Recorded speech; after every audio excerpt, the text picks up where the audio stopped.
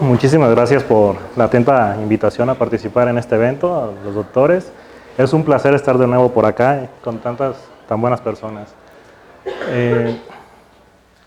Rápidamente, para entrar en contexto, me gustaría empezar hablando de dónde vienen los fibroblastos gingivales.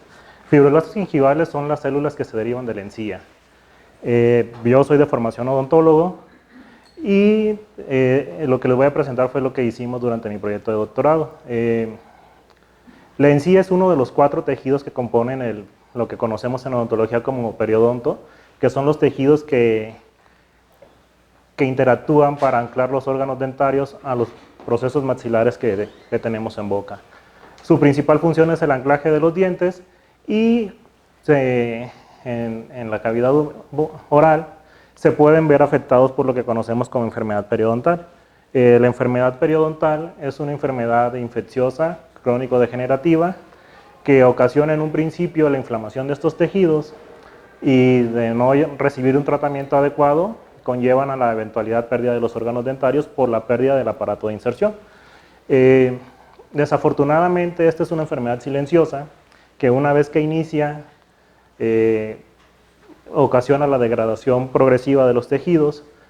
Cuando los pacientes identifican que sucede algo raro en ellos, acuden a consulta y desafortunadamente lo único que se puede hacer es detener la progresión de la enfermedad, limitar el estímulo causal, pero los tejidos que se han dañado o perdido hasta el momento de que acuden a consulta no hay posibilidad de regenerarlos hasta el momento. Por eso aquí en la universidad, en la UNAM, están trabajando con una proteína que se llama CEMP1, es una proteína derivada de cemento radicular, otro de los tejidos del periodonto, que en fechas recientes se determinó que tiene la capacidad de convertir a los fibroblastos gingivales en cementoblastos putativos, es decir, cuando se transfecta la proteína CEMP1 dentro de fibroblastos gingivales, estos fibroblastos adquieren la capacidad de secretar matriz extracelular mineralizada, lo cual no hacen fisiológicamente, y también se demostró que le da a estas células la capacidad de expresar tanto a nivel proteico como génico todas las moléculas relacionadas con el proceso de biomineralización. Esto para nosotros abrió una posible puerta a una terapia que lograra llegar a la regeneración periodontal. Para alcanzar una regeneración periodontal es necesario que el cemento radicular se vuelva a formar. Sin embargo, el cemento radicular es uno de los tejidos que se encuentran en menor proporción en el cuerpo. Este tejido está compuesto por una capa muy delgada en el orden de los nanómetros en la periferia de las raíces de los dientes y no se encuentra en ninguna otra parte del cuerpo. Aunado a esto, la mitad de este cemento radicular es acelular y solamente un 50% es celular. Por lo tanto, es muy difícil trabajar con células que tengan la capacidad de regenerar este tejido. Los fibroblastos gingivales transfectados con CEMP1 nos prometían esta posibilidad.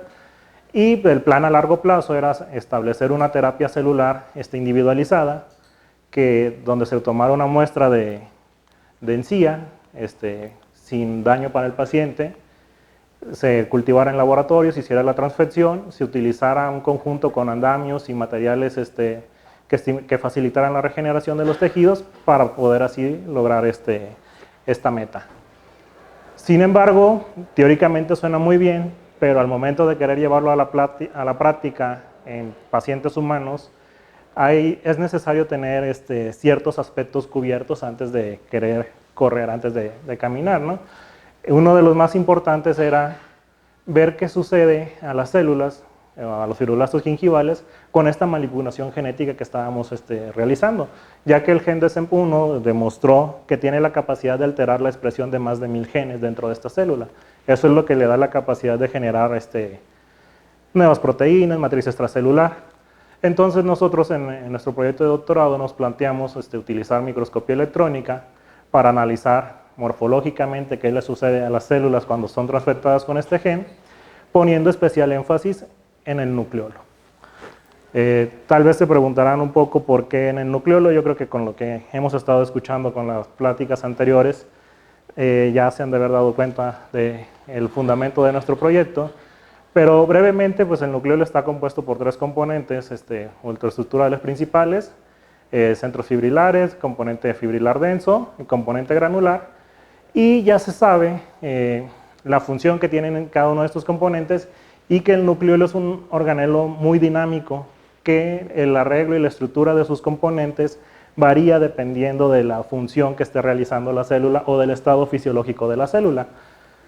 Se ha realizado una clasificación ultraestructural de los nucleolos de acuerdo a la organización de sus componentes. Brevemente son nucleolos en forma de anillo, nucleolos reticulados y nucleolos compactos, y hay una correlación directa entre el tipo de nucleolo y la actividad metabólica de la célula en la que son encontrados.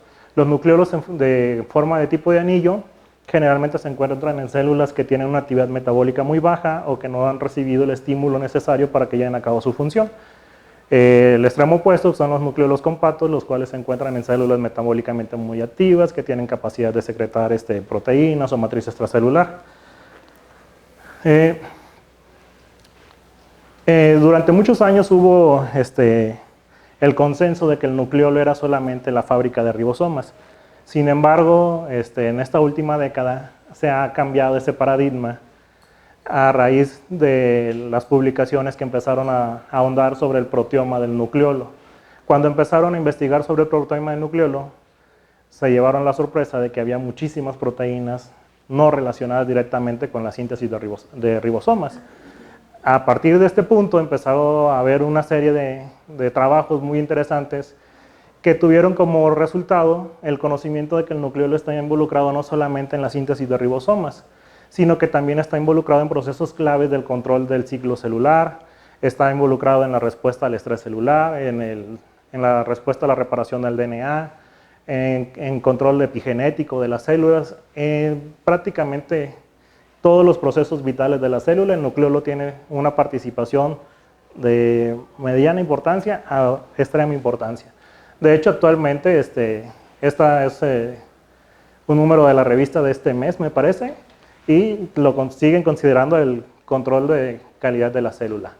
Nosotros aprovechamos que diversos autores habían publicado características ultraestructurales de nucleolos en diversos procesos como cáncer, arresto transcripcional, alteraciones epigenéticas y alteraciones por patógenos, y buscamos si alguno de estos cambios se encontraban en nuestros fibroblastos transfectados con la proteína SEM1.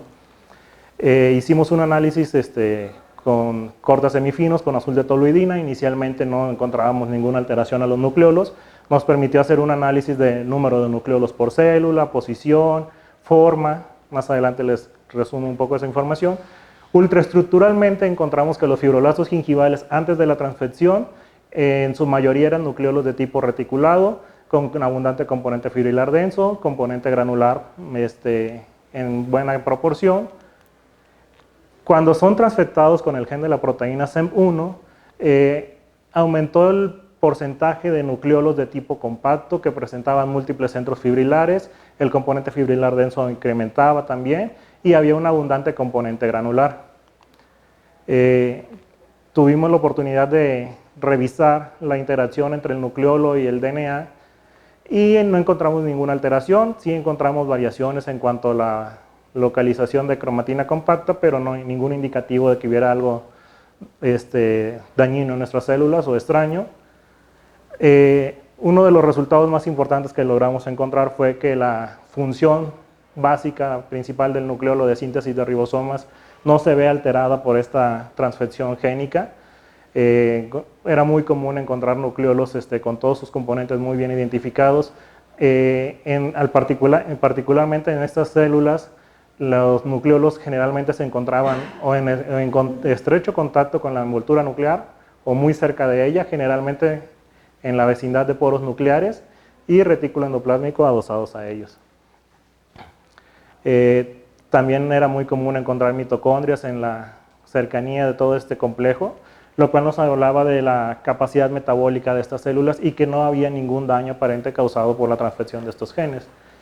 Esta es una tabla que resume nuestros principales hallazgos en cuanto a las características nucleolares. Resalto las diferencias que encontramos nosotros, pero cabe señalar que estas son diferencias positivas, no nos indican ningún daño celular. Al contrario, el que tengamos un mayor porcentaje de nucleolos de tipo compacto después de la transfección es un signo positivo. También vimos que era más fácil encontrarlos en contacto directo con la envoltura nuclear y también incrementaba la presencia de intersticios en estos nucleolos. Estos tres signos nos hablan de que son células que tienen una capacidad metabólica mucho más activa y que lo están llevando a cabo con plena capacidad operacional. Actualmente estoy trabajando en la Universidad de Sinaloa, estamos realizando un nuevo proyecto que también involucra fibroblastos gingivales, solamente que estos los vamos a hacer directamente de pacientes que acuden a la clínica de ortodoncia. Brevemente les comento lo que tenemos planteado, es analizar qué sucede en los pacientes cuando son atendidos con la técnica de rayo láser para acelerar los movimientos ortodónticos, ya que en ortodoncia se utiliza el láser para dos motivos, o para acelerar el movimiento de los dientes o para disminuir el dolor que ocasiona este movimiento a los pacientes.